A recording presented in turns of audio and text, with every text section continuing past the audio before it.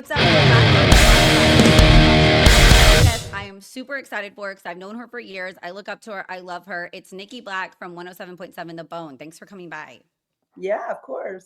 Cheers. I'm super just freaking out, like a little bit of a groupie. Like I said, so Tracy Weedman told me in the early 2000s in LA, there's someone I love, and I know you're getting started in radio, and I want you to meet Nikki Blakk at some point. And I think the first time I met you was Mayhem Festival, if I'm not Could I have been. think, yeah. I mean, it was, we're talking a couple minutes ago, but okay, Yeah. I want to start because even though I've watched you and followed you, I don't know the exact jump off when you got into radio. I just want to learn all about you, how you wound up in this wacky world. Probably right when I met you, 2K, because that's why it's all kind of a blur for me, memory wise. In the late 90s, I was working at Bass Tickets and the company got bought out. And I was like, listen, I need to, decide what I'm going to be when I grow up. And I wanted to either be a DJ or a label rep or work for a concert promoter. And well, I was like, I got to go back to college for that. I feel like I don't have to, but if I don't, it's going to be harder. There's going to be a lot fewer doors open to me. And, 20, 30 years down the road, I might want that college degree. Spoiler alert, no. I mean, same, same. No, but I mean, to be fair, the degree did actually get me a lot of things experience wise and networking wise that I wouldn't have gotten otherwise. And then there's a lot of people in the world who you can just shut up really fast with like, oh yeah, no, I've got a degree in that. Yeah, yeah. I networked so It has much. actually been more valuable than the career opportunities it provided sometimes. Yeah. Yeah, and I did radio, but we didn't have any soundboard or anything professionally, so I didn't learn radio in college. It was more fun, but I met a couple guys that ended up working for Vans Warp Tour, and that's how I got on media there, And so it's good to meet people that are go-getters and want to further themselves in that Where did same you go to school? University of the Pacific, Stockton. Oh, UOP was new back then, right? Wasn't Yeah, it the I mean new it's university? it, there's a newer campus that was brand new in San Francisco, the dental program, but no, Stockton had transferred the campus, but it's the oldest university in California, but it had transferred to Stockton, and it's just people talk shit on Stockton, but I got to be honest, the college is so fun because it's too dangerous. They call it the gated community in Tijuana, so it's a wild college because we all stay on campus and party with each other. So highly Well, recommend. yeah, Anyway, so go back. Stockton, Chico, there's a lot of places where it's like, it's very different to say I live in Stockton than to say I'm going to a university in Stockton. I live in Yes. Chico, I'm going to Chico. Two very different connotations there. So what did you do right after college or what did you jump into? I started doing it in college because I actually graduated from high school in 1990. And then I tried to kind of do junior college and like figure some shit out, but it just wasn't happening for me. So I was like, I need to work. I need to work. I need to be an independent, self-supporting person and then figure myself out. And that took me a few years. It was like 98 when I went back to school. And then while I was in school, record labels just kind of disappeared. So that option went away. And then in 2000, I was like, okay, well, I had a few college credits and then I did like an extreme college experience. So I finished all my transferables in like a year. Like I did spring session, summer school, took like 20 units in the fall and like 19 units in the spring, and then did summer school at San Francisco State, and then had finished my first year at San Francisco State and was like, okay, maybe I should do some internships. So I interned at KSAN, which shortly thereafter became 107.7 The Bone. And I interned and then I got a job at the Fillmore in the Warfield in 1999 at Bill Graham Presents. So cool. So then I kind of like parlayed that work experience while I was also still in school for 2001. And then I always tell this story, how funny it is. Like I technically didn't finish my degree. Like I did everything I was supposed to do, but I took an incomplete in this first year class called research. And I wasn't even supposed to be able to take any more classes until I completed that class, but I somehow kind of like worked my way around that and still managed to get added to all the classes I needed. I completed all the coursework except for this one paper. And then I was like, well, I got jury duty my last semester. And I got stuck on this jury for like 3 weeks right at midterms. Never had a chance to make up that paper. And I was like, well, I'll do it in the summer. And then I think might be kind of close to where I met you. My ex-husband at the time, he was in a band and they were playing someplace in Modesto. So we trucked all the way out to Modesto for this show. I mean, because I was at Rock 96.7 for a while, so I might have met, like, Fat Cat was where we hosted a lot of shows in Modesto. So it might have been Tracy might have, like I said, there was a lot of drinking back in the early radio days for me. So I know I have that photo with you at Mayhem. So I'm like, I know I met you there, but you're right. It could have very well been Modesto. Yeah. Well, I mean, this was a lot of, God, this was like this. I was working so much. Like I wasn't even really drinking that much back then. I was just working so much that I had like fatigue memory loss. And between school and 2 jobs and trying to get everything together, I go to this show and the rock station KMRQ is broadcasting on site. And I think Foley and Jack were both there. Yeah. And yeah, I just walked up to him and was like, hey, I just graduated from San Francisco State with a degree in broadcast and you should hire me. And they were like, yeah, whatever. And I was like, no, really. I was on the radio station at San Francisco State and I've been interning at 107.7 The Bone. Plus I'm a producer, board op at KMBR and the Ticket Time 50. I forgot to mention those jobs. So I was like, plus I work for Bill Graham Presents. I'm at all these concerts. Like you just want me on your station. I am the person. Yeah. And they were like, cool, send me a tape. And I was like, I will. And they were like, no, you won't. And I was like, fuck, I won't. And they were like, nobody ever sends a tape. Everybody always comes up telling us how great they are. And then they never send the tape. And I was like, I'm going to send the tape. And then I sent the tape. And Jack calls me up and he goes, I got your tape. And I was like, I know, I sent it. He's like, nobody ever sends the tape. And I was like, I told you I was going to send the tape. He goes, I like the tape. And I was like, and you going to hire me? He's like, well, it's not that easy. You got to come down and do an interview. Long story short, then I got on KMRQ weekends. That's legit. I have done so much free work in stations. That's what people don't understand. Like Austin 101X, I would send a reel and a media package. And a lot of times it's like, oh, no one wants to leave a radio job. It's really fun. So then I would just hang out and be annoying at the station and make people coffee and help out or bring like news facts until finally I could sneak my way into a 3rd or 4th, chair. But a lot of times it wasn't like I was on LinkedIn and saw a radio job posted and applied for it. I was just thirsty and showed up. Yeah. Honestly, radio jobs don't get posted in reality. I mean, sometimes maybe if they have no idea who they want, but 9 times out of 10, and especially back then, there's always somebody who already has the job. And by the time you hear about it, it's already over. The only way to get a job in radio was to get your name in the head of the people in the room when it was happening. So you just have to network, and make sure that everybody knew who you were and keep in touch with everybody so that your name was in their head the second somebody was like, oh, so-and-so's leaving us, or, oh, we're thinking about getting rid of so-and-so, so that somebody in that room says, how about Nikki Blakk? Yeah. Staying on top, like in their mind. So how did you then get to the Bone? As a full-time spot? It's a long journey, but KMRQ had a voice tracked midday guy who was in Fresno, and everybody knew that he was the Fresno guy that was recording KMRQ. And something had happened and they had gotten the budget to do a live midday. So they were hiring for live middays, and there were a handful of us that were doing weekends. And let me tell you, driving out to Modesto to do weekends was not easy, especially when weekends was when I was working the most for Bill Graham Presents. Plus I was driving from like Walnut Creek into San Francisco to work at The Bone and Ticket Time 50 and the Fillmore and the Warfield. And then I'd started picking up shows at like Shoreline and I put hundreds of thousands of miles on a Camaro. Wow. Just that's going back and forth with all of that stuff. I have a Camaro with like 360 something thousand miles on it. It really lasted for you though, but that's a lot of driving. It really did. It was nuts. So there was a lot of falling asleep behind the wheel in the early days, but this is in the wiki. My audition shift was 9/11. Oh my goodness. Wow. Yeah.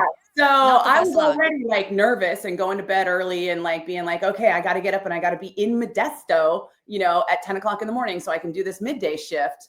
And then I don't even, like, the alarm doesn't even go off. My roommate comes in. He's like, turn on the TV. The U.S. is under attack. And we're like, what the hell? And I mean, everybody knows 9/11. And I was like, am I still doing the audition shift? Like, what the hell's going on? And I kept trying to call and like nobody would answer. And I was like, I guess I'm just gonna have to go in and find out. So I drove, an hour and a half to Modesto, and I got there and everybody's just like, just total shock. In shock. No one knows anything. We didn't have answers right away too. We were still trying to all figure out what was going on. It wasn't like, no. The second tower had just fallen, and we did not know anything. And it was freaky. And he's like, you know what? I really appreciate you coming in to do this. And I'm sorry I didn't call you. He goes, but we're just going to have you run the board today. He goes, we're running news all day until we get this sorted. Can you come by tomorrow? I was understandable. Yeah. Because you never say no, right? Like, it didn't matter if I had a gig the next day, forget it. I was going to have to get out of it. I was going to have to turn up and do this audition. So 9/12, I went live on middays, which was awkward. The energy was not good. That probably, you know what I mean? And for the America, was just dead eye, what am I supposed to say? I can't come out of, that was Drowning Pool with Bodies. Like, which was a big song at the time, and it's like, the bodies hit the floor. There was a whole lot of we're not getting any updated news right now.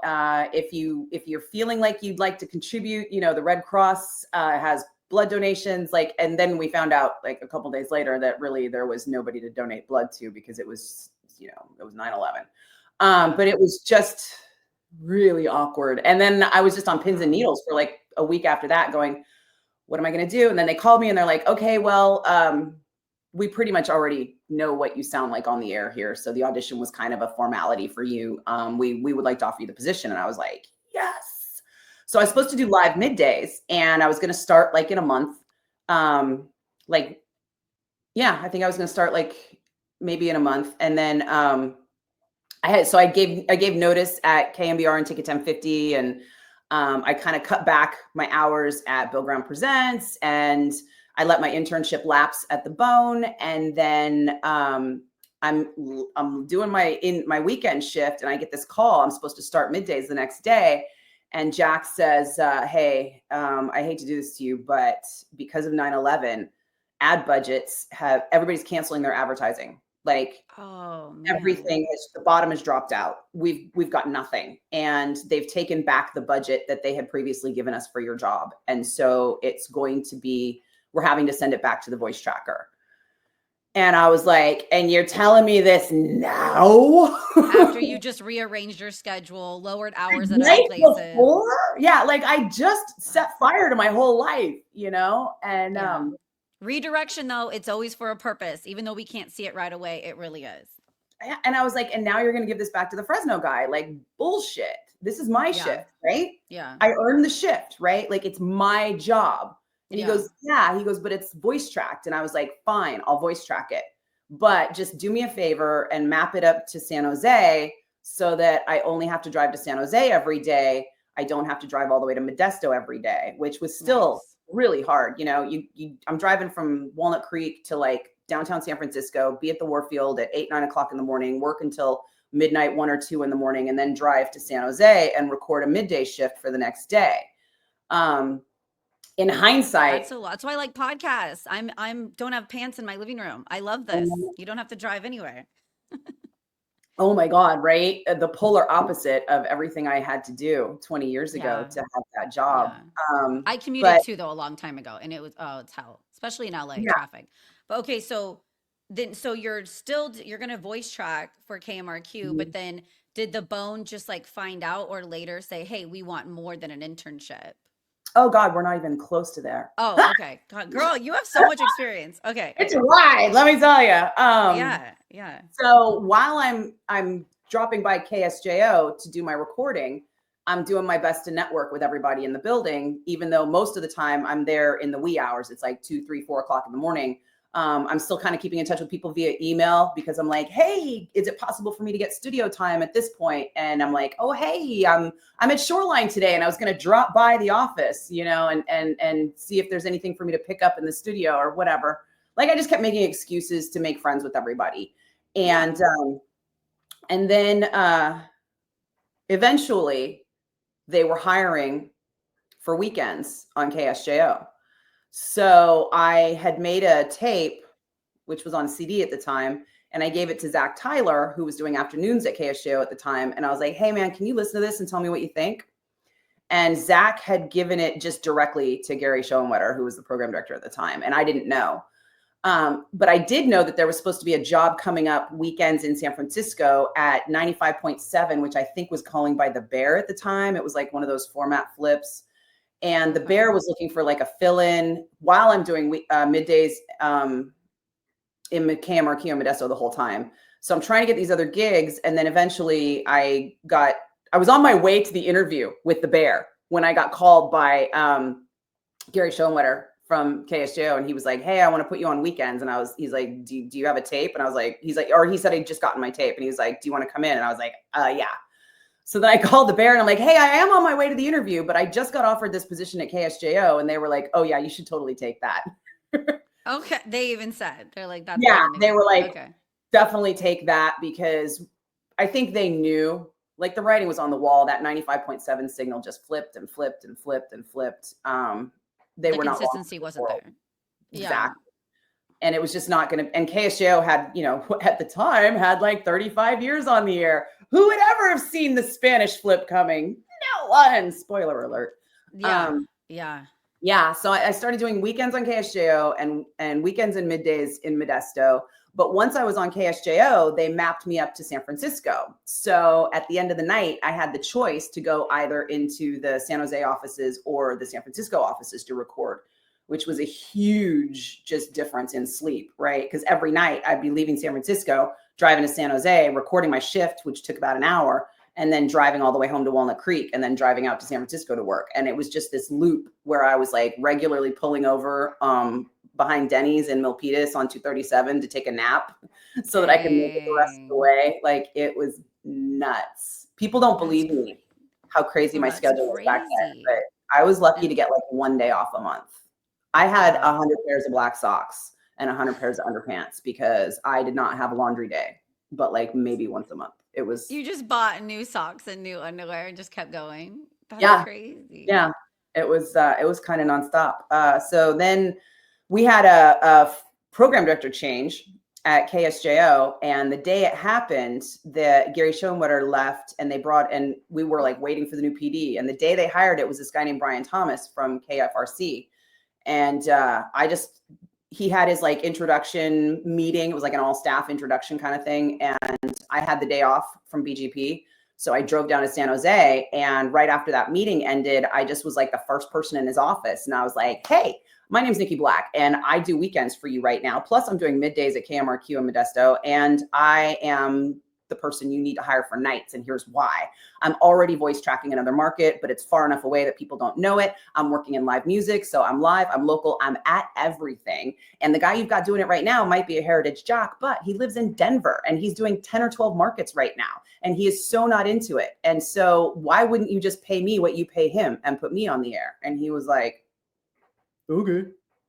Yeah, it's good. Honestly, being your advocate, putting yourself out there, I'm just starting to get better at that. Like, I'm trying to sell myself, which I've normally sold like the bands I interview or an advertisement, but I'm like, oh crap, now I have to sell myself as a podcaster. But that's important. Also, the fact that I think it's important for us to stay local with radio, that someone can meet you and you're at local events or local shows, because it's really cute and personal. I remember growing up being a fan of Nick Monroe on Quad and getting to go to see Blink-182 and meeting him and thinking he's a celebrity, and I want to listen to the station more because I just met my little local celebrity. So I think it's more pivotal to have local talent at the station. I couldn't agree more. I mean, the more real the person is, and to what could be more real than actually physically being there in real life. Yes. That's just more interesting to me. The only thing that seems to be a little bit better is celebrity now, right? I mean, if you were like a celebrity, like Ryan Seacrest, who had 1,000 TV shows and was on Afternoon Drive across the nation on like a jillion markets. I remember just bitching and being like, dude, leave some jobs for the rest of us. Some of us live here. Yeah. Like, yeah. Him and Andy Cohen from Bravo, they have like 9 shows each. And so you're like, dang, you're taking a lot of those spots, guys. Like, And then what was the TRL guy's name? He had Carson Daly. He's following the show. But he listens and follows the show. And I'm like, Carson, okay. thanks for finally giving some of us a chance, man. Because I remember he was doing that. I want to say on KOME, right? Or Live 105. But he had so many. He was syndicated in the Bay at one point too, because that was everything. Because at the time, it was 1996, right? The Communications Act allowed for extended ownership in a single market. And that's when corporations kind of turned radio stations into a commodities market. From trading places where they're speculating on orange juice and pork bellies. That's a commodity. They basically effectively turned radio stations into a commodity and just kept buying them, borrow the money to buy the radio station, fire everybody, consolidate the staff, consolidate the assets, use that money to as a down payment on more stations to borrow more money, and it was just this never ending growth cycle. And because they're corporations, they never had to actually pay the piper. They just kept restructuring debt until, surprise, everybody declared bankruptcy. But none of the companies ever went under. They just went through bankruptcy and then came back out with no debt or less debt. And people don't understand bankruptcy can be very beneficial. A lot of wealthy people file bankruptcy and they're doing just fine. But a tax advisor or somebody on a board lets you know the best thing for your company right now is to file bankruptcy. So it's not like it's over. It just sometimes is a redirection. But what it did was it gave them all a get out of jail free card for all the debt that they amassed during the time that they were acquiring all the radio stations and firing all the people who worked there, because they were consolidating all of the labor and all of the assets. And voice tracking was king, right? Because why pay 10 jocks at 10 different stations when you could pay one jock to record 10 different stations?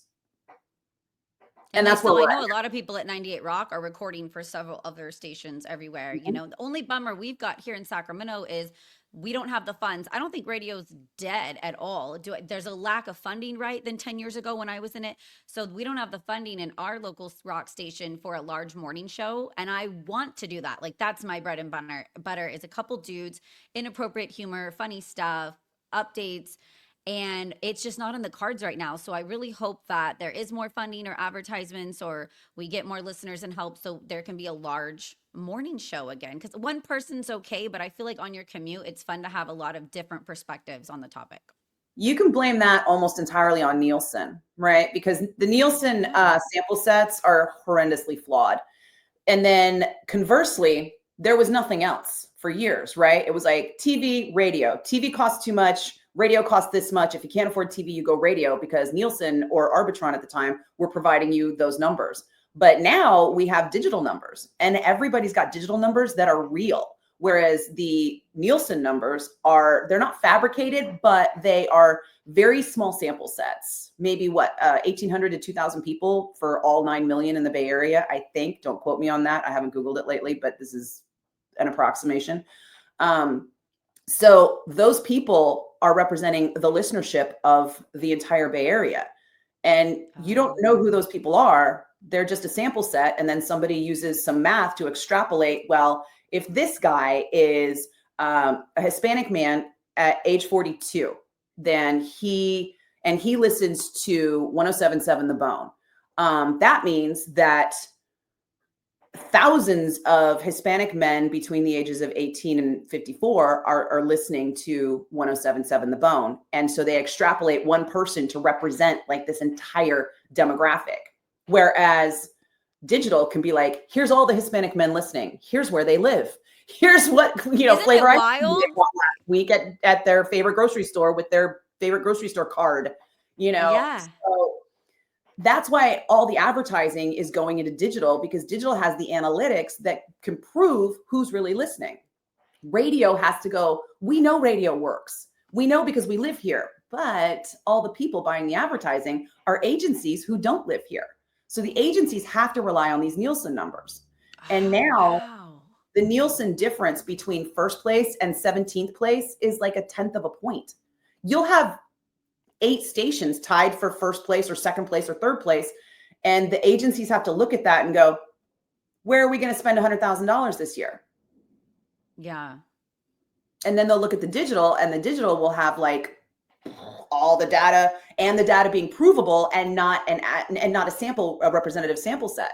The data being real people based, a 1-to-1 ratio instead of a 1 to 8,000 or whatever ratio that they're using with Nielsen.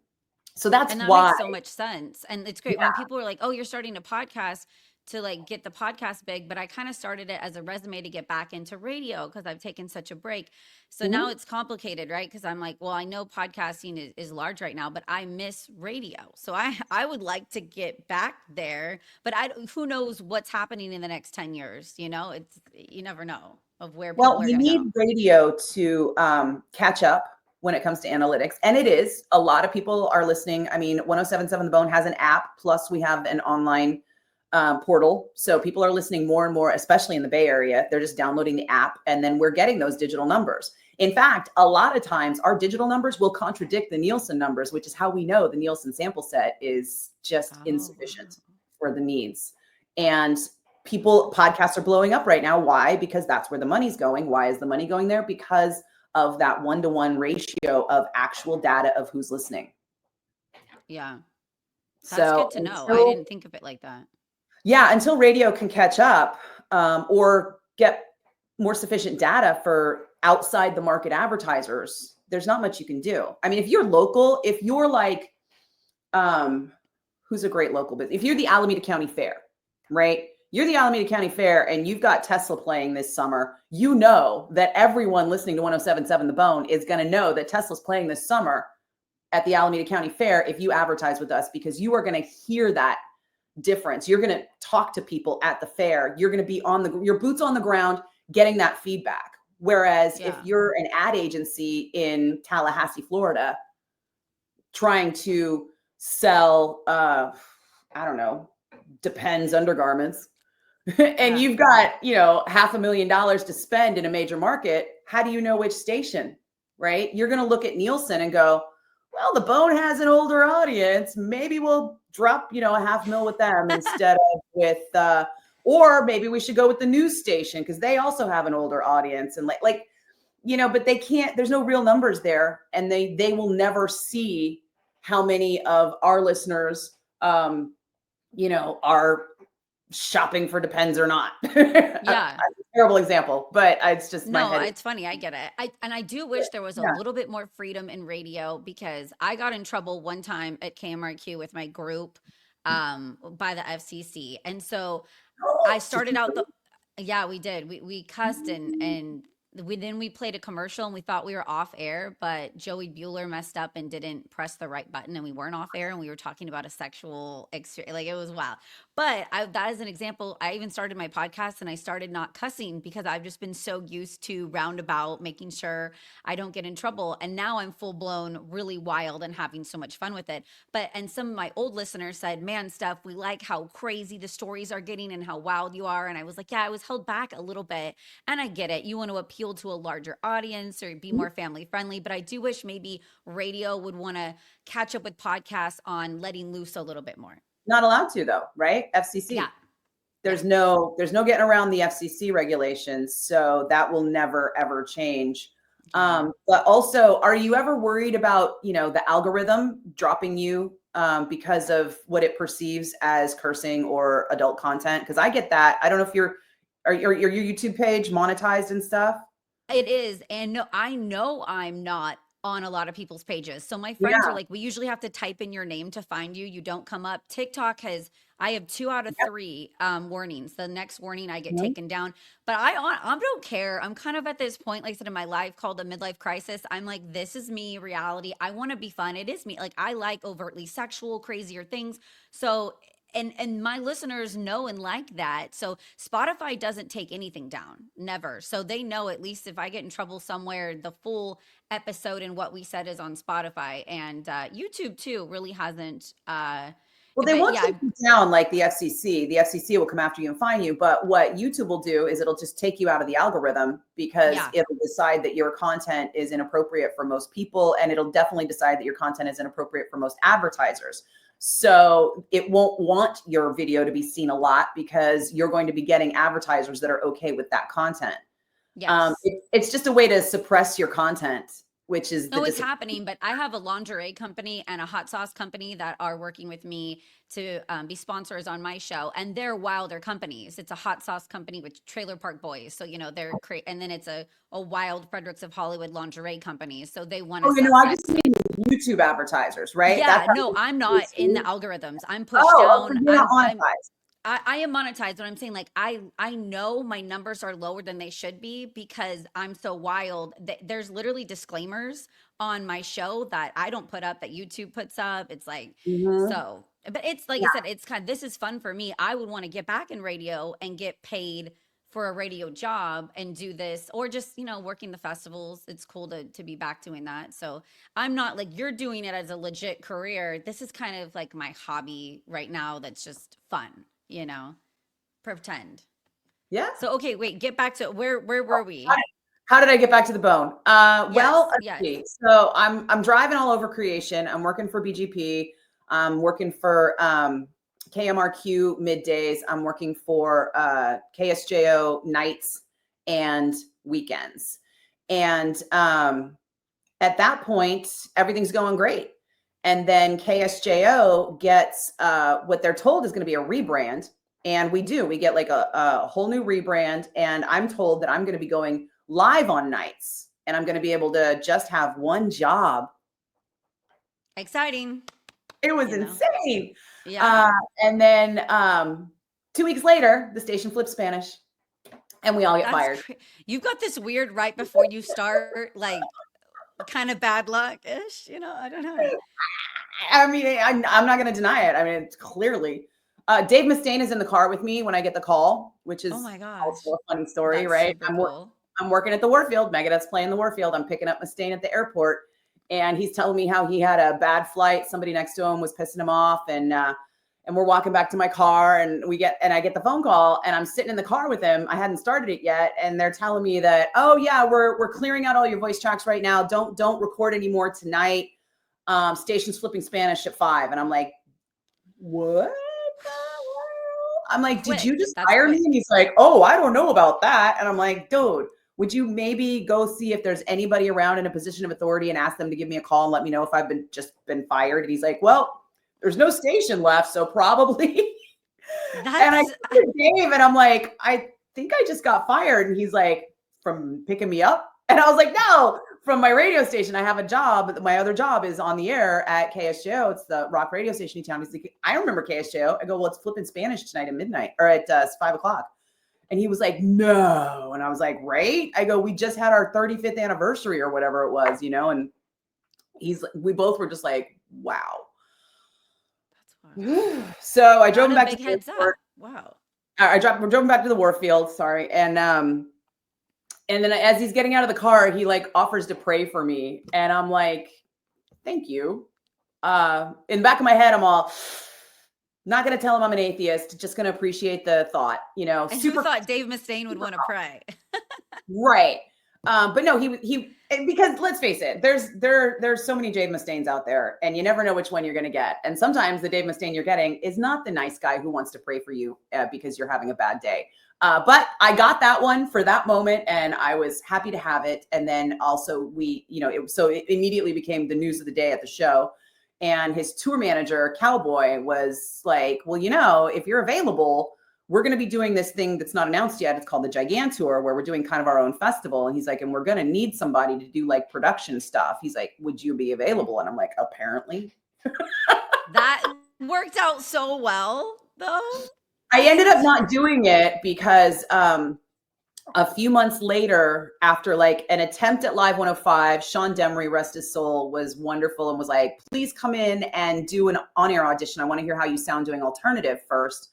And I was not ever able to like get there. I was so tired all the time, just driving back and forth. I was like, I can't do a performance. And then one night I got there and my friend Leanne, who was on the air at the time, I think you might know her. She went to 98 Rock after that. Yeah. She helped me through their system, and it was like 2:00 in the morning. So from like 2 to 3:00 in the morning, I recorded an air check tape on their music, on their equipment with their production. And just as I finished it, the system crashed and it went away. And I was like, Technical problems. and I still had to be at work the next day. And I'm in San Francisco and I live in Walnut Creek. So it's 3:00 in the morning. I got to drive home to Walnut Creek, sleep for like, I don't know, 4 hours, get up, drive back to San Francisco to work.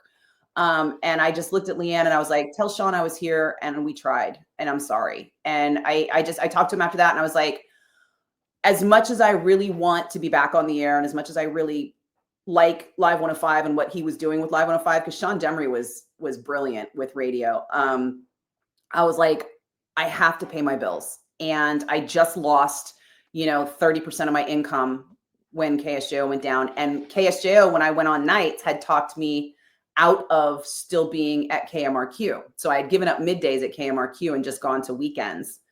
Wow. So I didn't have that. So I was like just off the air. We call it being on the beach. And I was like, as much as I want to get off the beach, I can't physically function with this right now. I just can't. Yeah. And then at the same time, this was like October 2004, when KSJO went down. So this was like winter time. I think in January, I got a call out of the blue from Todd Pine. And he was like, I want to put you on the air at 1017 The Fox in Santa Rosa. And I was like, dude, how am I going to drive to Santa Rosa? I was still working Live Nation. I don't think we were Live Nation yet. Oh no, we weren't. We were Clear Channel Entertainment at the time. And then I took a job full-time at Ticketmaster. So I'm working Ticketmaster Monday through Friday, 9 to 6. Then on Mondays and Wednesdays, I drive over the Golden Gate Bridge up to Santa Rosa and I record 2.5 days of radio so that they can have the whole week of night shift recorded. You're a savage. I didn't understand how much you were everywhere doing radio for so long at so many different stations. Like, this is a ton. And then on Saturdays, Saturdays and Sundays, I was working at Live Nation still, Clear Channel Entertainment. I'm still working shows. So I'm working shows on the weekends. I'm working Monday through Friday, 9 to 5 at Ticketmaster. And Mondays and Wednesdays, I'm driving over the Golden Gate to Santa Rosa and recording radio. And then I get this call from Paulie Mack, who at the time was doing middays. Well, he wasn't doing middays. It was like, he was doing this like brief 2-hour shift between Lamont and Snelly and Seaweed. Because at the time, Seaweed was like noon to 6 and then Billy was 6 to midnight. They were doing this kind of thing where they kind of eliminated a shift. And Paulie calls me and he goes, call Larry Sharp at the Bone right now. And I go, dude, I have talked to Larry a million times. I've been in his face at every show he's ever been at. I'm like, he knows me. He knows where I'm at. And he was like, trust me, just call him right now. And I was like, all right. So I dropped him an email and he's like, yeah, give me a call. And I was like, hey, are you looking for somebody right now? Because I'm looking to be somewhere right now. And he was like, I actually am. And he finally put me on weekends. And I was like, but I'm also doing nights at 1017 The Fox in Santa Rosa. Is that a problem? And he's like, nah, nobody cares. And I was like, okay, thanks. So then it became Saturdays live on the Bone and recorded Sundays. Sundays, I worked at the Fillmore because I could still get in shifts there. And I had enough seniority that they would just book me every show that there was on a Sunday. And then Monday through Friday at Ticketmaster and Monday, Wednesday at 1017 The Fox in Santa Rosa. How do you sleep and carry on relationships and friendships and all that? How do you find time for everything?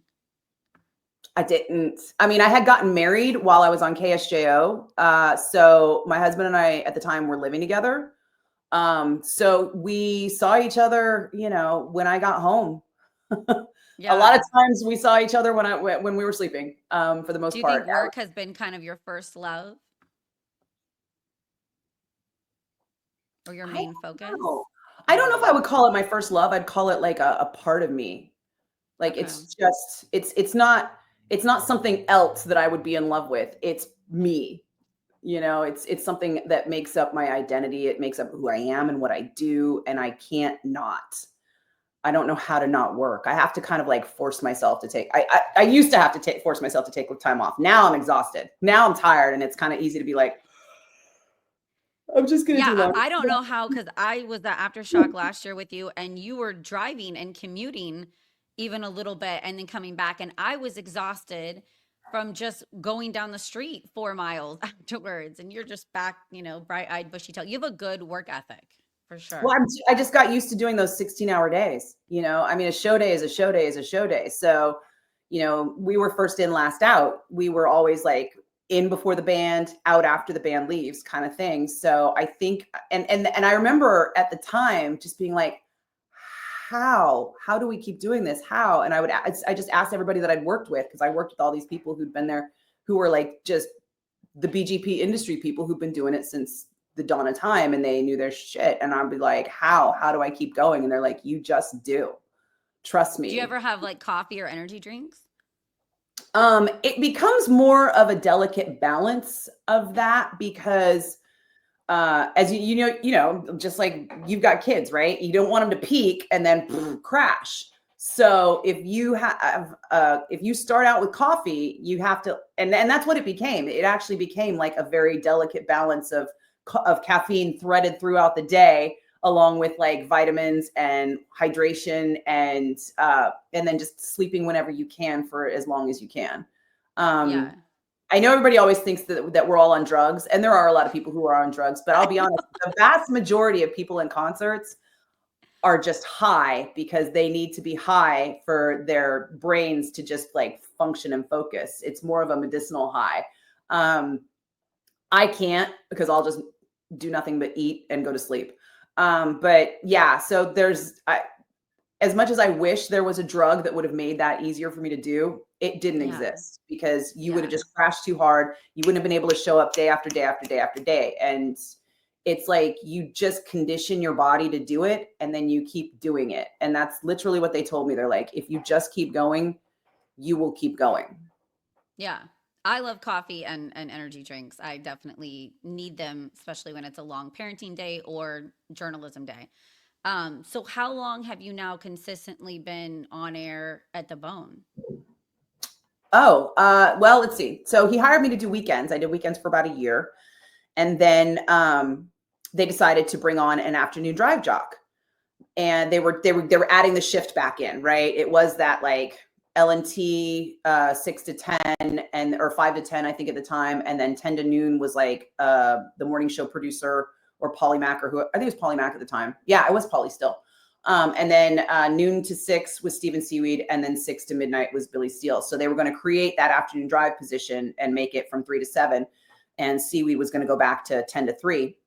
And so everybody, I just assumed it was either going to go to Billy Steele or Polly Mack, like just off the top, like that just was the obvious choices, right? Like they had the seniority, they had the chops, they had the following, they'd been there.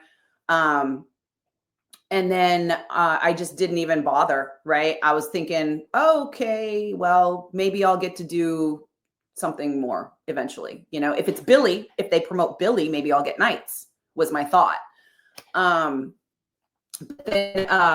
But I also thought it was going to be Polly Mack, because he had also been on KMBR, and I felt like he had just a little bit more of like a marquee status than Billy did at the time.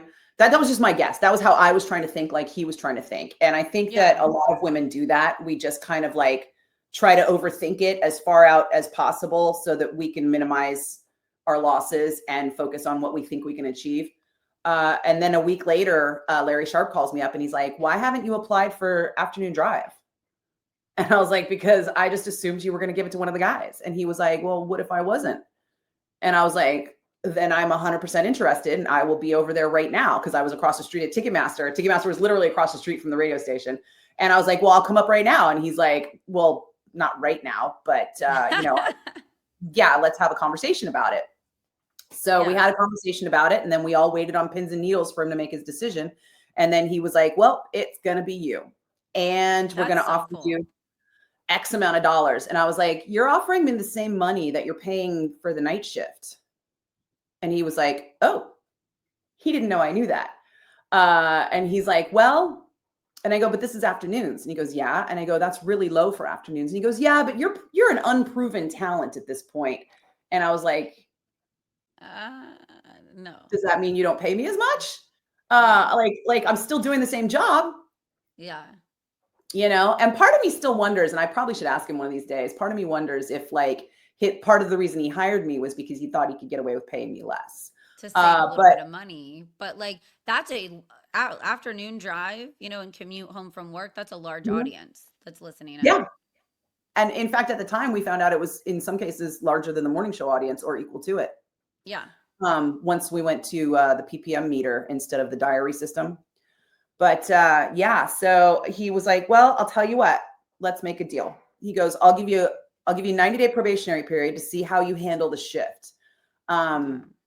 They had this prevailing opinion that they gave somebody who was a morning show producer the 10 to noon shift, and she supposedly got a big head about it. And so the prevailing opinion was that women couldn't handle a marquee position without like getting a big head about it and suddenly just being unbearable to work with. So he wanted to make Oh, sure I wasn't going to be unbearable to work with and that I could hold my own with the shift. And in 90 days, we'd revisit the salary issue. you're so In laid 90 back days, though and Cumulus took chill. over and cut the exact amount from the budget that they were paying both me and the night jock. So not only could I Oh, not get a raise, but we also had to eliminate the night position. dang. And nights became voice tracked. Yeah. Which is a bummer. Like I said, I grew up calling into the station at nights, especially when I'm home and Mhm. bored. And I loved talking to the jockey and then getting to hear my voice replayed, middle school and high school. And it just meant a lot to me to know that person was down the street in Sacramento and I was talking to them on the phone and then hearing it on the radio station. And I know a lot of people track now and that's where it's at, but it's just not the excitement that you get when you know this person is in my backyard and then they're going to be at this event. I might want to go to the fair, go to this concert to meet them and talk to them. So, but you took a little break, right? You took like a little break, a couple of years Oh yeah, off and then went back. girl, we're Yeah. up to 2006 right now. Oh my, We're up to that's February when, 2006. okay, Uh, I was gay. So, okay, catch me up. Where were you in 2006? in 2006, I was quitting Ticketmaster. I mean, the second he offered me the position, I walked across the street and the boss was on his way out the door. And I was like, I need to talk to you. And he's like, right now, I'm literally leaving. And he was a dick. And I was like, just give me 5 minutes.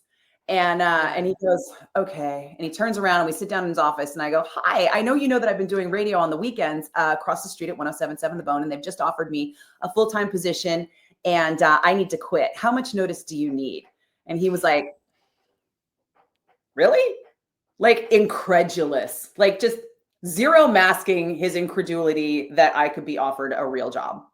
And I was like, Huh. yeah. And he goes, and they're paying you more than we're paying you? And I was like, That's kind of rude. yeah, they're paying me about 25% more than you're paying me. And I have a bonus structure. And he was like,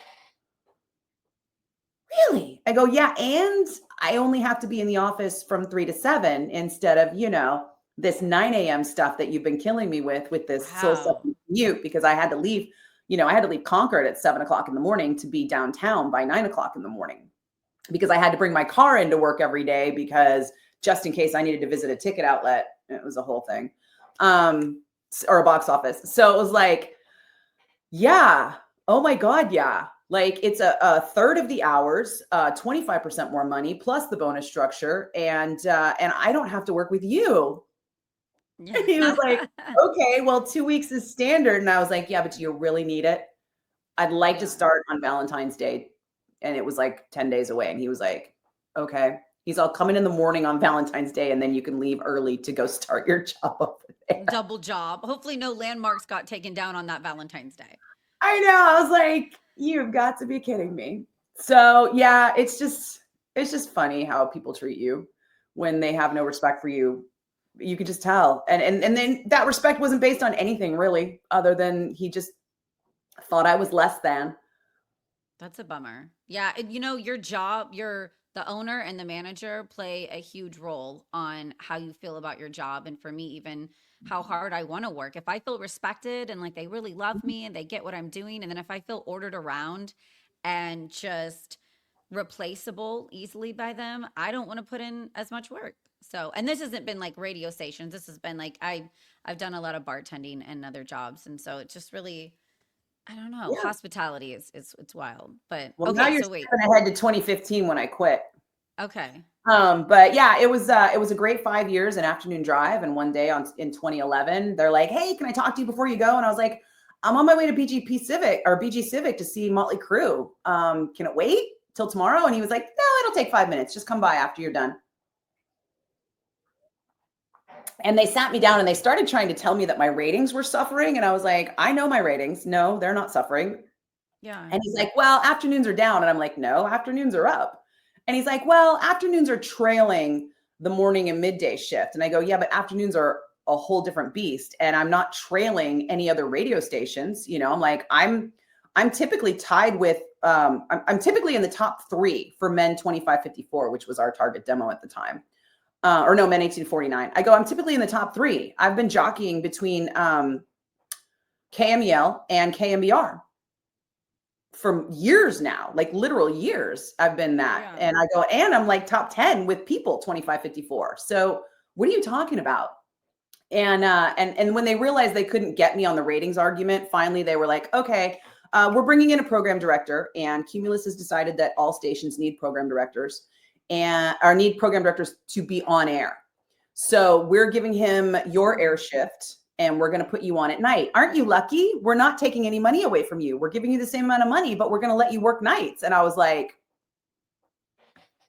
Did you want to work nights or not at all? You wanted to stay on I'd afternoons. already done nights. Like, why would I And have it's a little bit of a demotion in the It's radio a world of, huge yeah, yeah, demotion. yeah. It's a huge demotion in like position and in finances. What they didn't even consider is that I had like 30% of my income at that point was all endorsements. And the endorsements were tied to the afternoon shift. But a lot of those endorsements were also tied to me on the afternoon shift. So when they moved me to nights, I was like, this makes no sense. A lot of these endorsements are going to go away. And they were like, "Oh, no, they won't. Oh my God. It's so cute you think that."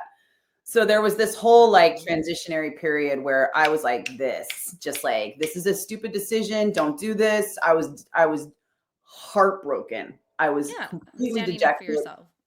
But I also hadn't lost all the fight in me, and I refused to give up. So I kept fighting, trying to get the shift back until I got written up and told that if I continued to try and get my shift back by like, I don't know, sending the sales manager a synopsis of all of my endorsement clients, over the last few years and how those endorsements clients were not coming back. And they were just like, stop it. And they forwarded my email just directly to the program director, to the guy I'm saying is like not doing as good as I could have. They just were like, "Here, take care of her." And he wrote me up, and I was like, "Cool, thanks." But you're just stating facts that could benefit the station. It was a whole thing. There's still like a ghost town of a Facebook page. It's like bring back Nikki Blakk or something like that. And Aw. to get me back on afternoons. It was a nightmare. It was like living a nightmare, and just having to pretend that I still loved everything at the station because I'm still a team player. And we went through almost a year of down book, down book, down book, down book, down book, right? Which, ratings are just downward spiral. And at that point, I didn't know what to do. So I figured, okay, well, these PD contracts are typically about 2 years. So if he could get fired or promoted over the next 2 years, they're just going to bring in another program director and put that person in my shift. So I need to be able to be the program director if I want my shift back. So I went to him and I was like, "Listen, I know what you're doing wrong. I know why ratings are going down. I know why everybody on staff hates you.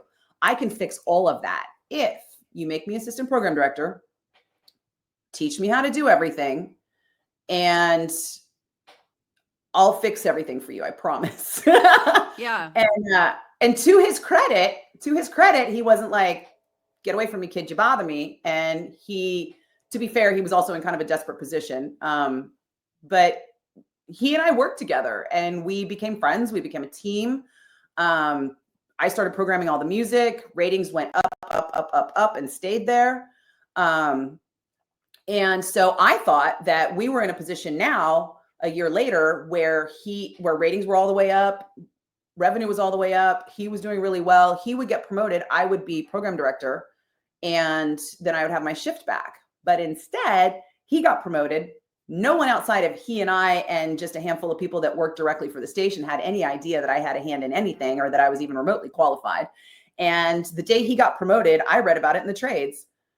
And I came running into the station. I was like, tell me why you didn't give me a heads up that this was happening, that this was coming. Oh, I wasn't allowed to. I just had that happen to me, and it hurts me when I hear about it on air before you tell me off air. And I won't say details and names, but I was talking to our local station about potentially middays, which would be great because it's when the kids are at school. And we had 3 meetings. So I'm not saying I, was going to get the job, but I was feeling a little bit excited about it. And then I didn't hear from the station. I hear that somebody else is hired all the way in Louisiana to take the spot that I was thinking, that I have a large following locally. And I go, man, it kind of bummed me out recently. I would love an email to just get a heads up. Hey, Steph, we aren't going with you. We're going to go with someone else. So now you know what I mean? Like I said, I was trying to get back in radio. That just happened. And I'm not saying I'm out for good, but it's put me in a little bum. And I'm like, okay, I'm going to stay podcasting because this is fun. And still hoping that, because I can't travel and relocate. I know there's a position in North Dakota right now that a couple people sent me. Like, I'm stuck here with the kids, so I need something locally. But Yeah, I mean, it was rough. It was really rough. And then I said, well, what are my odds now at getting the position? And he goes, they don't even know you exist. And I'm like, really? I've been here, at that point, I think I'd been there 6 or 7 years. I'm like, I've been here 6 or 7 years. I have 5 years of great ratings. I averaged third with men 25-54, and I averaged eighth with people 25-54, which is great numbers for, especially at the time. And I go for my 5-year average in afternoons. And like I've done wonders with the night shift. Like I got on nights and I was like, okay, let's do this. And to his credit, he let me do whatever the hell I wanted at night. nice. I just had all the guests in. I created new shows. I had comedians on, I had bands on. I did the Ask a Hot Chick advice show. My friend Pandora, who was the union steward at the Lusty Lady, just booked an array of like badass women who were, dancers, actors, authors, like you name it. Like they were in the studio every Wednesday for Ask a Hot Chick. Like I was doing all this stuff. And then he was like, well, if you'd been around a little bit more in the office during the day. And I was like, you mean when I was at home working on social media? And, because I was the only one doing social media at the time. The rest of them were like, it's a fad. And I was like, when I'm at home doing social media and programming your music, you want me to just come in here and do that when people are constantly in my face, which they were. It was a nightmare. So I can't get anything done and then go do my show all night. Like, how was I supposed to know that that was what I needed to do, was come around and start telling people, did you know I did this? Did you know that was me? Did you know that I'm the one doing that?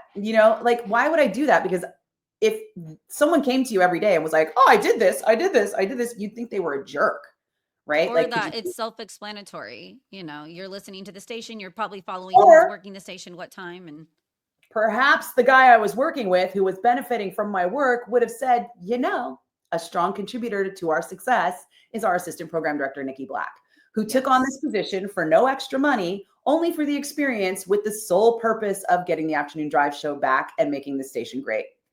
But no, that never happened. They brought Tim Jeffries in from outside the company, not even realizing he'd been fired from afternoons at KSAN, as well as fired from afternoons at The Bone, and then brought him back in to do afternoons. And he was going to be the program director, but then they brought in an operating manager who decided to take on the program director duties. And that man made my life a living hell for the next year. Plus, I got a repetitive motion injury from the music programming, and then I had a car accident. So I was like in physical pain, I was in mental pain, I was in career pain, and in 2015, it all reached a head, and I was like, I'm out. You take a break. Radio can go to hell. That's wild to hear that now because, like I said, you're such a prominent figure, but everyone needs to take a break. Like I stepped away in 2018 for 6 years, and I feel like we also, I don't know about you, but I'm more appreciative. I think I got a little burnt out in 2018 and I was trying to do two kids, and then I was just trying to guest on a couple stations and help out and do side projects. And I was kind of tired, and I would be backstage like, when is this band coming? They're late. I want to go. And taking that long break, I now am like, oh my gosh, I'm so lucky to be here. This is so incredible how many people want to do this. So sometimes it's good to step away from a project we've been doing for so long, but especially if you're in physical pain too, not just like mental burnout. Yeah. Well, I was also still working part-time at Live Nation. I was doing shows on the weekends and stuff. Like I Girl, never you're stopped. nuts. You're nuts. You're like doing a lot. You're doing a So, lot. yeah, I reached a point where I was like, I worked so hard to get to that point of afternoon drive at the Bone. Yeah. Um, and then I worked so hard to get back to it, only to be like shot down. And then a year later, shot down again. And then to have that guy be making my life a living hell because he wanted me to quit. But because I had a Mm, workers' comp claim, he couldn't just fire me without a retaliation lawsuit. So he had to get me to quit. And he made my life a living hell to the point where I finally just did quit. Part that of me wonders sucks, if I but had stuck it out for another year, because he got fired a year later. oh man. Stuck it out for that year, what would things have been different? Would I have survived it? Would I have completely lost my mind? Because as soon as I was on nights, I was already on the back foot career wise. Yeah. And I'll be honest, as a woman in this industry, if no one is saying your name in the room, you're not getting another job. And it's not Yeah. like I didn't try to find other jobs. I never got offered another radio position ever. Like I think my blessing and my curse is that I was so synonymous with 1077 The Bone at that point that other stations, there were no other rock stations in the Bay. I wasn't willing to relocate to an outside market. Like this is my home. I'm not going anywhere. Yeah. So my options were limited. And yeah, I just think that nobody ever really wanted to pick me up Well, you outside of the do Bone. have to be your biggest cheerleader in this industry, though, because no one was knocking on my door for this midday position. I've been knocking on 98 Rock's door with all the errands, everybody. I've been like, hey, by the way, have you checked out this episode of the podcast? I'm always emailing it. So I think when people are like, how do you get this interview or get this thing? I am emailing the band or texting the band that I haven't talked to for 10 or 15 years. How you doing? This is what's going on. This is my show. I'm sending emails almost daily to old PR people. Hey, I'm back in the game. Can you send me a band? So we have to constantly be rooting for ourselves and putting ourselves out there and in front of their face. These jobs aren't being thrown, at least for me, in my face. And you're doing a great job at it, by the way. Thank I you. know I've told you Thank this you. like off the air, but let me tell you, like Yeah. on the air, I watch you, I see you doing all these interviews, and I see you doing all this social media, and Oh. I am exhausted watching it. And I wish I could keep up that pace at this point. Like you are my Thank inspiration for you. the things I need to get better at Well, maintaining. you're working actually on the air, So I'll be honest, we didn't have a ton of time to make content when I was working a morning show and I was leaving the house at 4 a.m. and getting home at 10:30, and I would take a nap before I got the kids from school. Now that the kids are grown, they're in school. So that's another reason why I wanted to start the podcast. So they're at school when it's back all day. And I'm like, what am I going to do? I'm going to create content. I'm going to interview a band. It's just been like fun to fill my time up with something when they're gone at school. And then I work Thursday, Friday, Saturday nights bartending on and off now again. And so it's cool to, kind of do different jobs, like different. And I have all this time though in the day where I'm like, let's do, or Sundays now because I'm not working and I don't get the kids back till tonight. So this has been my fun main, like I want to have a guest by and I want to talk, and I'm home alone. I'm not dating anyone. So this is also fun interaction, social interaction for me in my living room that I love. So, and you're doing great. You're doing a lot of podcasts and stuff too. I know on your own as an individual and with the Bone. So Mhm. and I'm excited. We got Aftershock 2025. We got to always plug that's coming up really soon here at Discovery Park in Sacramento, October 2nd to the 5th. So we're going to be there. We're going to give you some juice backstage. So everyone's got to check that out. So wait, you took a break. I'm learning so much from you. And then when were you like, I want to come back, or how did you get back in the game? I don't even call it I took a break. Let's just say I quit. Like I was at that point just so beaten down and so dejected. And to be fair, after I quit, my intent was to come back. And within the year, Steven Seaweed retired because the same guy who made my life miserable made his life miserable, and just took the fun out of radio for him. And so I was going to try and come back and take Steven's shift. And I was in the middle of the interview process for that. But then Cumulus declared bankruptcy and the shift became voice tracked. So at that point, I was really just dejected and not really sure. I mean, I spent years, like it was 7 years between radio gigs of just trying to find my way and just working full time in concerts and trying to maintain a social media presence and trying to like, reach out to satellite, reach out to like other radio opportunities. I did like an online station a couple of times for a while. But it was really like I was always on the back foot and I was never really focused and never really had like a plan of attack. And I just kind of kept doing concerts and getting less and just building up this imposter syndrome to the point where it was out of control, to the point when a friend of mine called and offered me a gig to go on the road with Jackson Brown that I said no. I was like, I can't. There's no way. They don't want me for this job. And he's like, what? And I was like, well, I've never actually been on the road because I've always had to be here for a radio gig or a potential radio gig. And he was like, so? He's like, it's not like you can't do this job 6 ways from Sunday and you'd be great at it. And he's like, I can't believe I'm hearing this from you. And I'm so certain that you are the person from this job that even though I need to fill the position by next week for a tour, I'm going to let you think on it overnight. And I'm going to call you in the morning and see how you feel. And I started asking people. I was at the Fillmore that day. I was already working. So I started asking people around the Fillmore, and I asked my boss, and he was like, no. He's like, I've got you booked for 17 shows next month. I can't replace you for all of those. He's like, you asked for more work. I gave it to you. And now you want to bail on me. And I was like, fair point. I go, but they're paying me 10 times more than you are, like literally 10 times more. Plus it would be like a step in the road direction, which would mean I wouldn't have to be, commuting. I'd be on the road. It would be like a whole different situation and a whole different paycheck. And so then I went to my boss's boss and he was like, oh my God, yeah. Why would you not do that? How could you not do that? Oh my God. Yeah. You'd be great at that. And I was like, okay. Oh, and I had also just picked up a job with a booking agent. So I was like advancing shows with a booking agent and like kind of working my way into like this junior booking agent thing. And I had just literally started it like not even a month earlier. So I'd be bailing on the booking agent too. And then I went to my boss's boss's boss.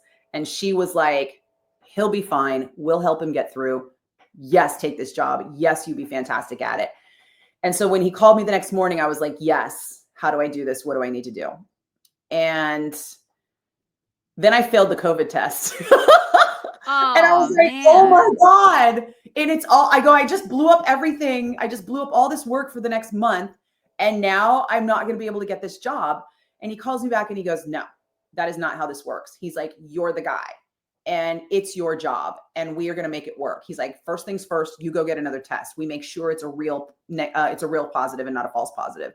He goes, and if it is a real positive, then, they had just gotten that, whatever that pill protocol was. I forget what it is, but it shortens the infection time. Was it a 14-day quarantine or 5 or 3? What was the quarantine? This was like 22. So okay, so it had lessened a little bit. It was starting to really relax a lot, Okay. And they had that, whatever that pill thing was that you could take that would shorten the infection. He's like, listen, we've got a guy on the road with us doing COVID protocol. He's like, worst case scenario, you leave a couple days later than you were going to leave. That's it. Yeah. And I was like, wow. Okay.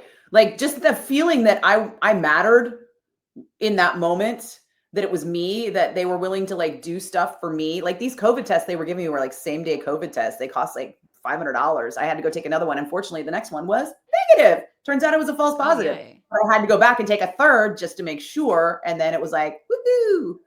And then I went out on the road with Jackson Brown and it was like one of the greatest experiences of my life. And I finally was like, oh my God, this is the thing I should have been doing this whole time. Why was I afraid to go on the road? Why wasn't I doing this always instead of making, a tenth of the money and staying home for a radio job that didn't want me?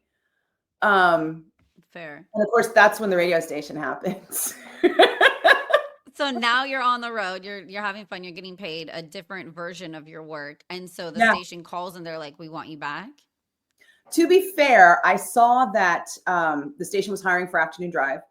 And I honestly was really up in my own head about it so badly that I was like, well, I'll just send an application in. I'll send an air check and I'll send an application.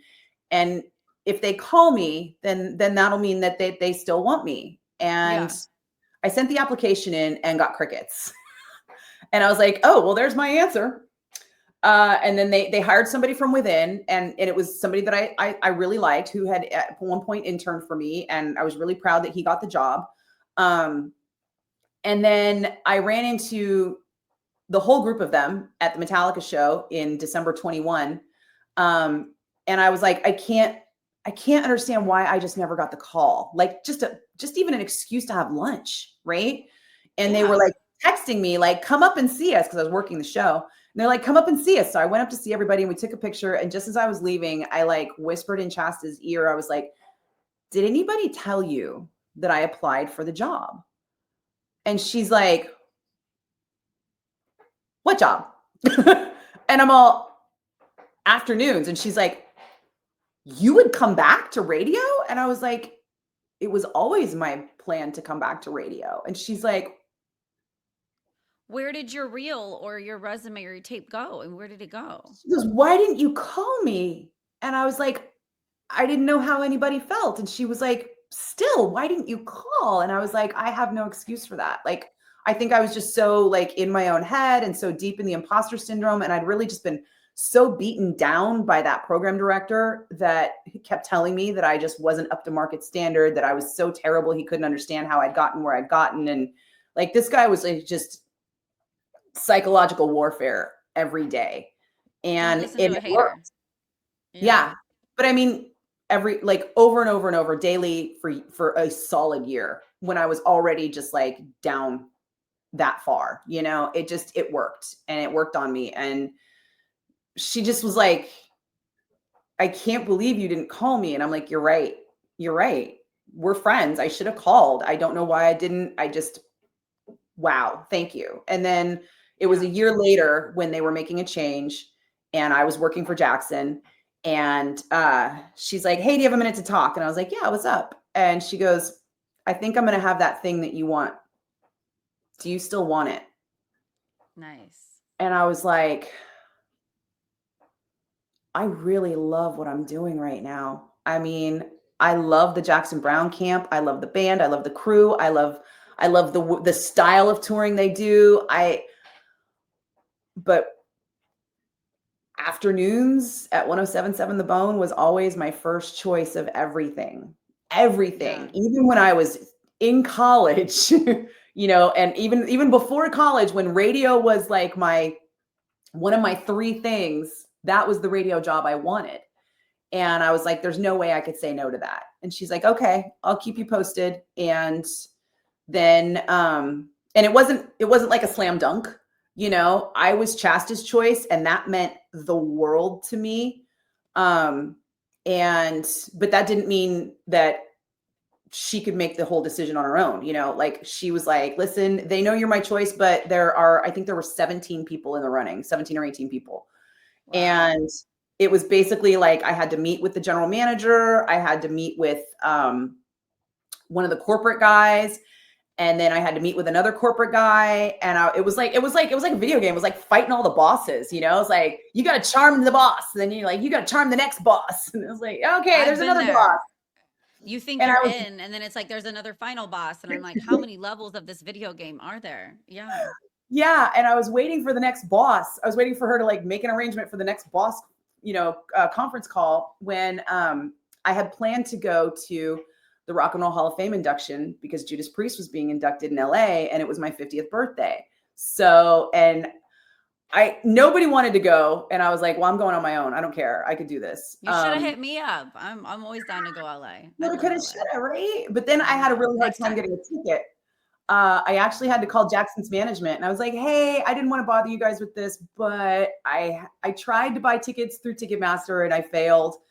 I'm pretty sure you know a guy. Can you get Yeah, me the Rock and Roll Hall of Fame induction? that's legit. Yeah. And I was on my way to the airport when Shasta called me, and she was like, you did it. It's yours if you want it. And I was So exciting. like, it was my birthday. I was on my way to the airport for like the trip of a lifetime. You know, it was like, it's so crazy how everything can turn on a dime after the stagnation of 7 years. It was Yeah. literally 7 years. I gave notice on the Ides of March 2015 for April Fool's Day. So technically April Fool's Day was my last day, but realistically the Ides of March was my last day. And then I walked out the door and flew to Vegas. And then it was December 22 when I came back. So it was like a That's literal really cool odyssey. though. That's Yeah. exciting though, and I'm glad you are back. I know everybody loves to listen to you, and that's neat. And so you've been steady there since 2022. Yeah. Yeah. And Good. honestly, it was the weirdest thing happened. Like the whole first few months I was back, I was like shaking. I was so like just anxious and kind of nervous and kind of like, do people remember me? Do they want to hear me? Like, are they going to be mad that I'm coming back? Like, I'm telling you, girl, imposter syndrome is legit. And when it gets I to feel hooking you. you, yeah, it's crazy. And every week I'd be on the air, it would like muscle memory would kick in and phrases would be coming out of my mouth that were coming out of my mouth 10 years ago.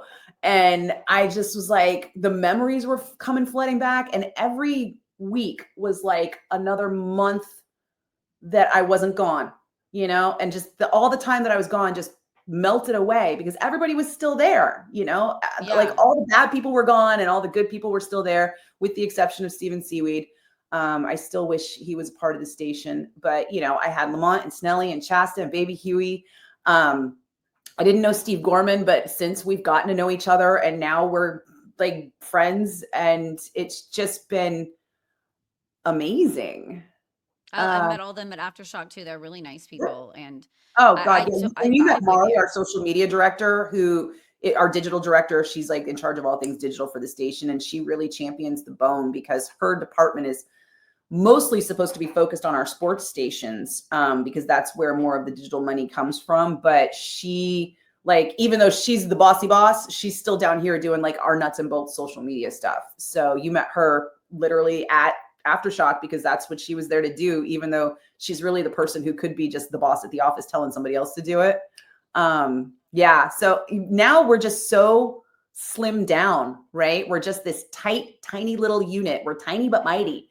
And we're going to Aftershock and we're going to local shows and I'm going to like big shows and we're all just like doing this with this tiny little staff of people when 20 years ago, 1077 The Bone had a massive staff of people to make these things happen. And Wow. that's corporate consolidation in a nutshell.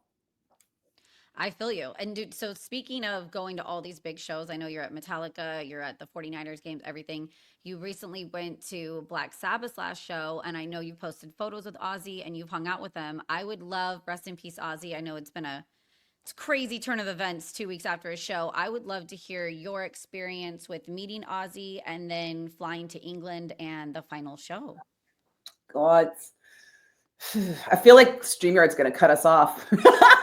I um, know. let's see. So Well, the yeah, odd, maybe condensed because I know there's probably like a lot. Maybe like a condensed version of meeting yeah, him for the first time. Yeah. the Ozzy thing happened kind of by accident. It was this culmination of me being everywhere all the time, right? I was working at 1077 The Bone, and I had worked for Metallica through Live Nation and Clear Channel and BGP, and KSJO. And I had been working at the Fillmore for 15 years at that point, I think, or no, 12 years, whatever it was. So through all of those three things, Metallica is doing their 30th anniversary shows at the Fillmore, and they're having all these surprise guests. And at one point, they were looking for somebody to do Ozzy's makeup. And I was at the radio station, but the production manager on hand remembered that at one point, I always to minimize time, and I would do my makeup in the car because, as you know, I never had time to sleep. So the last thing I was going to do is put makeup on at home when I could just do it in the car while I'm sitting in traffic anyway. Like I ate breakfast in the car. I did makeup in the car. Like if I could do it in the car, I would do it in the car. So he's like, hey, do you still have your makeup kit in the car? He remembered I lent my powder to Susie Sue one time and stuff like that. So I was like, yeah, obs, why waste my time? And he goes, Metallica's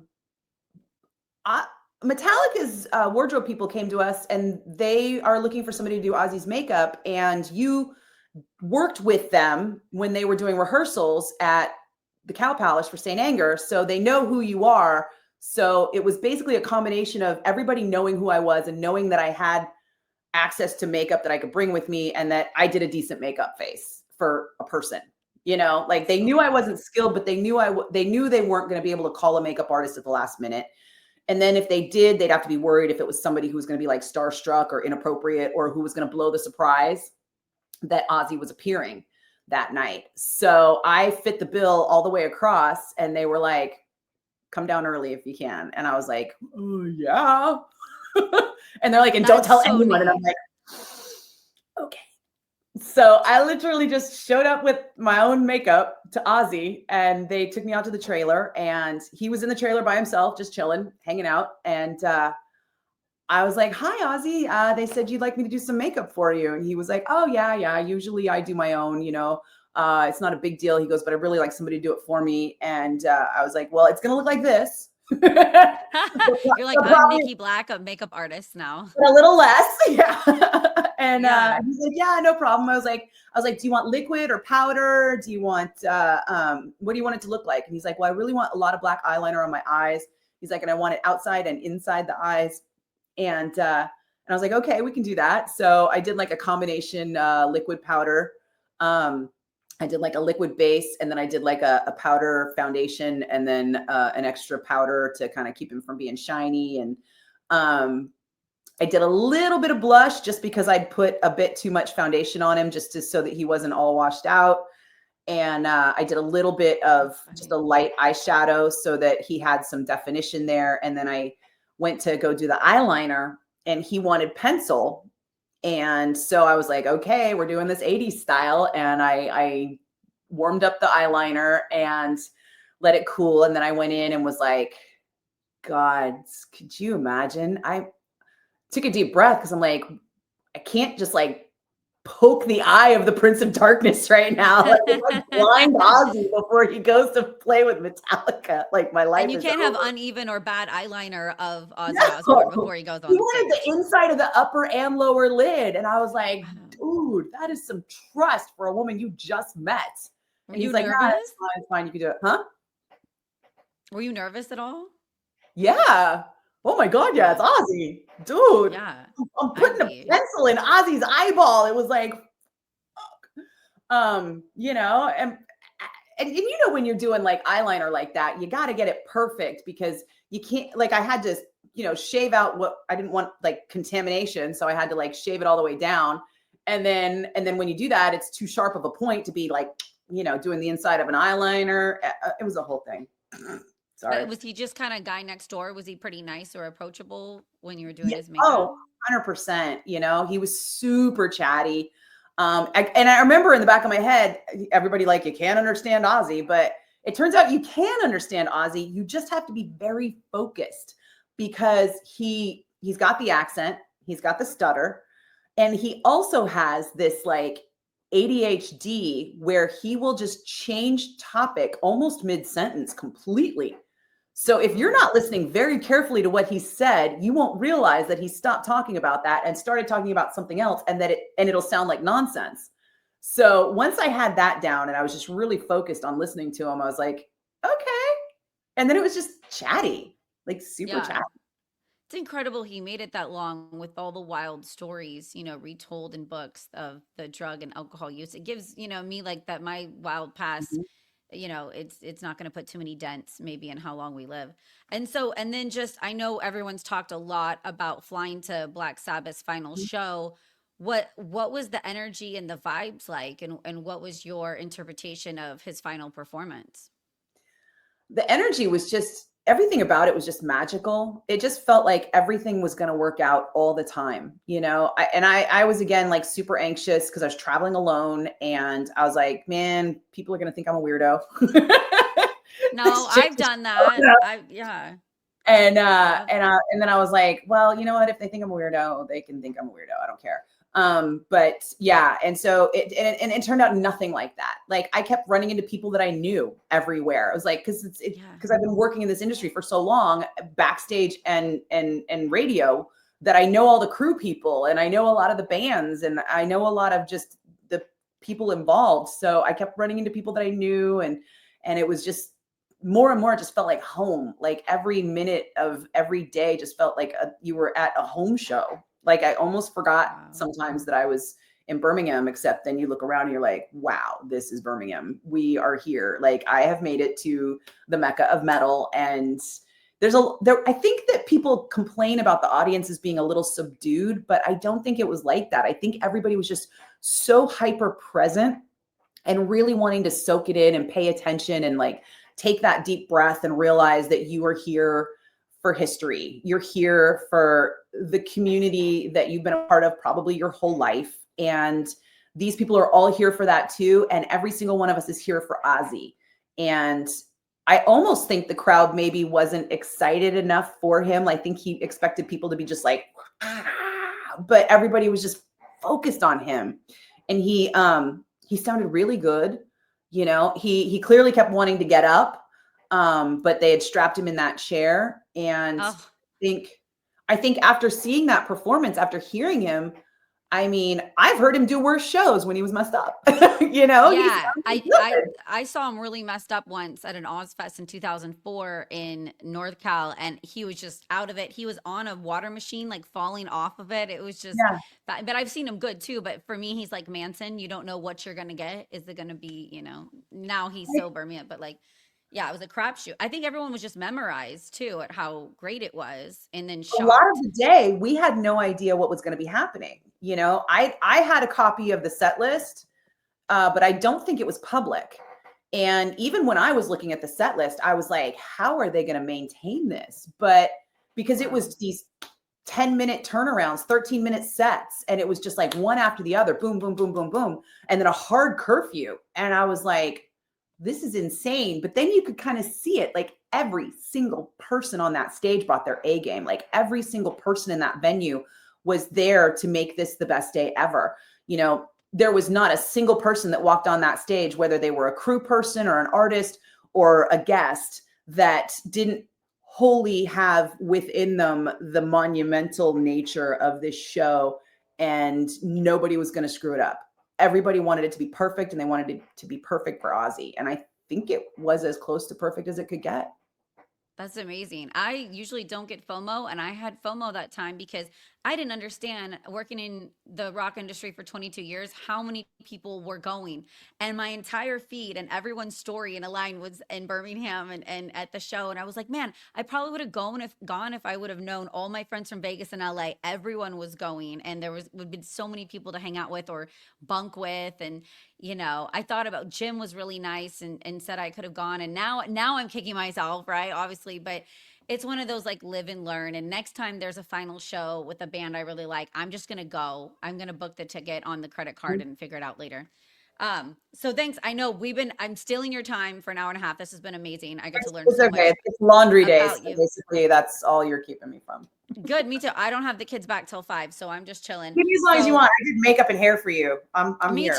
too. Me too. I'm like, and I do not wake up like this. So, Not on a I Sunday, wanted to girl. No. do just a no. I got my hair in a messy bun, usually in sweatpants. So if I got cute, I'm putting video on. I want to do just a fun get to know Nikki, some questions. Is that cool? Yeah. Okay. For a first date, would you prefer coffee, a hike, or dinner? Well, definitely no hikes. Me Ugh. too. Um, I don't really have first dates. I usually meet someone at a concert, and then we end up Okay. hanging out at the concert, and then hanging out after the concert, and then hanging out at another concert. Live Um, shows. Yeah. Okay.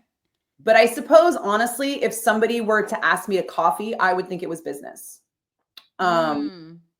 if you are asking me someplace and you're not providing me with something beyond coffee, I think we are at a professional level. Yeah. So, whether More it's, investment in the date than yeah, just coffee, maybe. Okay. yeah, That's a absolutely. good point though. Like I like meeting people at concerts because we know already we have music in common. And so that's Mhm. just a great thing to share. Plus, I'm old fashioned, right? Like, you don't want to take me to dinner? Okay, all right. You don't want to take me to lunch, brunch, whatever. Like, there's no food involved. Like, are you really invested in me as a person? That's a great point. Me too. Take me out to dinner because I'm probably gonna put out, but I gotta have the dinner first for me. So Also, it really means that you don't know me because I am very food oriented, right? So honestly, if yeah. somebody's like, "Hey, do you want to get dinner sometime?" I'll be like, "Mm." But if somebody's I like, see. I found this restaurant that has like the most amazing sweet potato gnocchi that you've ever had in your life. Do you want to check it out? I'll bring you. And I'd be like, oh, okay. Yeah. Yeah. Let's do that. Let's go get the dough. Yeah. Yeah. I love Like I'm, food. I'm, a, I'm a fish on a hook right there. Yeah. Yeah.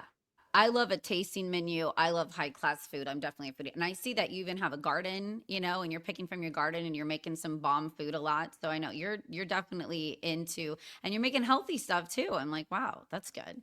Totally. I don't I eat mean, you kind healthy. of have to, right? The older you get, the more your body just like starts to break. Yeah. I'm To just into break down getting the fat. cell. It's my getting fat era. I just like to eat too much, and so I'm all about it. Okay, would you choose the aisle, middle, or window? I'm a window girl.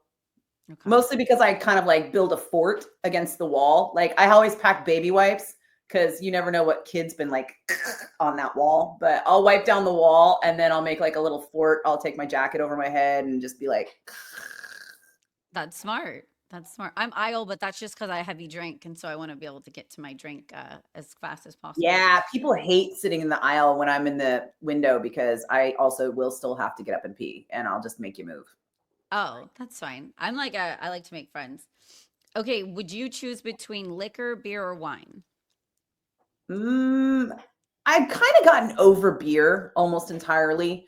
There hasn't been a new beer invented that made me interested in a very long time. But so then it would just be Sophie's choice between wine and liquor. So at that point, it would depend on the wine and it would depend on the liquor. Okay. Do you have a go-to drink that's kind of you usually make or order?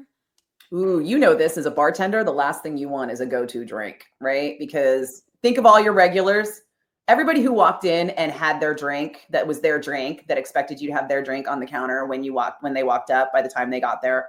Like I just never wanted to be that person. Yeah. Yeah. It's usually old men, I will say. And I'm not anymore, but I was at a sports bar that was a lot of old men. And I get it. They're kind of in their ways, 65 to Mhm. 75. And you knew their drink when they came up and they liked it a certain way. But I noticed younger people like to switch it up and or the fun cocktail. We had one of the week, or something like that. Exactly. Um, Like, show me something new. And if yeah. you don't have anything new, I don't know if I can afford the calories. Yeah. I like to explore new stuff. Would you rather, if you could date between a lead singer or drummer? Those are my only choices. That's your only choices. If you had to choose between the lead singer or the drummer, what would you date? Well, if I think back to the drummers I have dated and I think back to the singers I have dated, I would choose none of the above, but I would also, if it was like, choose or die, I would take the drummers because the singers are always in love with themselves first. Yeah, lead singer syndrome, right? Yeah. I LSD. date drummers and I don't mean to, but that's what's happened. And I've stopped fighting it that I've dated so many drummers. I don't know. I have been saying I'm going to stop dating musicians for 25 years now, I but know, right? it's I'm like a magnet. I It's can't hard. not. Even if I don't know somebody's a musician, I'll start talking to them at a show and they'll end up being in a band. And I'm like, yeah, Yeah. Yeah, no, I feel just you. too good. I've tried to get away. Like I said, I'm now back to comedians, but I like people in entertainment. And when I try to veer away from it, they understand our lifestyle and they get it more. When I try to date somebody with a 9 to 5 job in business, they freak out over my lifestyle or they don't understand it or they think my past is too wild. So it's just, I don't know. Yeah, nobody Okay, wants to be next. judged. No, no, not at all. Um, does size matter? Hmm. Well, as somebody who did the Ask a Hot Chick show, I can say that in some cases, size matters, but also it doesn't have to. So I think it depends on what you are in the mood for. I mean, if you are just looking for a quick hit, and then size definitely matters because you don't have time to figure out what's going on to make it work for you. Or maybe you do. I don't know, depending on how good you are at things. Um, Yeah. I don't know. Honestly, I think it depends on how well I click with, for me personally, it depends on how well I click with someone. If I Yes. click with you, it does not matter what you got going on because I will find my way to what I need. Same. Like mental Sure. connection's really important for Yeah. sure. Um, what is your second favorite color to dye your hair besides blue? What would you go through if it wasn't blue? Because you're Uh, known for the blue streaks. you know what? It's funny because I actually wanted to do all kinds of colors. And for the first few years, she would bring me the whole color wheel and I'd be like, ooh, I like this and I like this. And but the blue just pops. And every time the blue would just pop at me way too much. So I was like, I would choose the blue over and over and over. And finally I was like, it's just gonna be the blue. Because now It's it's your I'm, thing. and It's now your I'm kind of thing. just known for it. And like it helps people recognize me. And I have people all the time be like, I thought I saw you, but I wasn't sure. And I was like, well, did you see the blue? Yeah. Um, so it helps, and I like it, and it's just always the color that pops. Colors I did before in the past were like red, purple, mostly red or purple. I think were the go-to. At one point, I did green, but green just fades worse than blue. It So does so yeah, fast too. green's a terrible Yeah. fade. So now it's extensions because I could not deal with the hair damage. Yeah. Yeah, that's smart. I've done both. I've done Yeah. extensions, hair dye, kind of every I like it. What is your favorite festival of all time? Well, now it's Have back you to the done it? beginning. I mean, Yeah. that was, for just the nostalgia factor and the historical factor and just how momentous it was and how every single band on that bill was a band that brought it and sounded amazing live, and like 90% of the bands on that bill were bands that I really liked and was already a fan of. I didn't know much about Rival Sons and I didn't know anything about Youngblood, but they He's both good. killed it. He's Yeah. really I good. mean, Yeah. I'm on board now. Yeah. He's not So bad looking too. I'm not gonna lie. He's not bad looking. he's not bad looking. He's He's too easy on young for me, but the he is the good Is he looking though? kid. How old is I he? I don't know. He's like mid 20s, I think, but How's that he's too young? by. I like that, and Yeah. I've gone young. I'm trying to go my age though. I'm actually just recently. I'm trying to stay in my age range because I do want to settle down again. I kind of had that fun phase, and now I I gotta don't. be The honest young with you. boys. If there's one thing I've learned, it's that the age just happens. Whoever Yes. you're gonna Yeah. connect with is whoever you're gonna connect with. And no matter what you tell yourself that you're looking for or that you're trying for or that you're hoping to get, it doesn't matter because you're just gonna connect with somebody and that person is just gonna be the polar opposite of everything you were going for. Yes, maybe don't have such a clean cut in your mind. This is who I'm going for. Or when you line up my exes, they don't look alike. And I don't have like probably a type. It is a vibe. And if I vibe with the person, then I do. So, and some younger people are mature. You Oh my never God, know. dude. Sometimes, most of the time, being a Gen Xer, most of the time, the millennials specifically, I don't know if I've dated anybody Gen Z, whatever year that ends. But I got to be honest, like the younger people, the younger generations that I've dated have been way more mature. They're not like clingy. They're not jealous. They're so forthcoming, right? You don't have to wonder what they think because they're either there Yeah. or they're not. And they don't have that hang up where they need to kind of like play a game with you to make sure that you're like into them or what. It's just that they're just so much more confident, Yeah. and so much less damage and eerily more responsible. Like I have Yeah. never One had. of the most mature guys I've dated in a long time during COVID. He was 13 years younger, and my friends were concerned. He ended up being one of the easiest, best relationships and came home every night, cooked dinner, helped out with the house. The only bummer is he wanted to get married, and I was like, oh, I don't see it as marriage. We're like, it was a great relationship, but you don't want to walk down the aisle. And now I do want to walk down the aisle again for sure. Third time's a charm. I want Don Jameson to marry me again, but I has to be perfect. I know what I like. and I know what I want and what works. And so I haven't found it yet. I'm looking, still out there, Yeah, but I mean, honestly, if I think about the thing that I'm really trying to avoid now, it's drama. yeah. And the vast majority of guys my age that I've dated have not been able to keep their mouths shut. They gossip like hens. And I'm like, oh, did you just put my business out there? Because Yeah. no, Yeah. I don't need that. No. And No. and the younger generation, they have a greater respect for that, from whatever, in my experience, anyway. No, I understand. I get that. Well, my gosh, thank you so much, Nikki. I stole like a lot of your Sunday, but I feel really Yeah, you're grateful gonna have to that edit you this down because it's like, No, I have some 3-hour episodes on my Spotify and YouTube. So I like some people, this is their commute, from Sacramento to the Bay Area. So I will woo, definitely put some clips okay, on Instagram and everything, but I will tag Nikki Blakk on all of this. And thank you so much for coming by Stefs Rock Show. you know I would And we'll see everyone at Aftershock. It's coming up really soon. absolutely.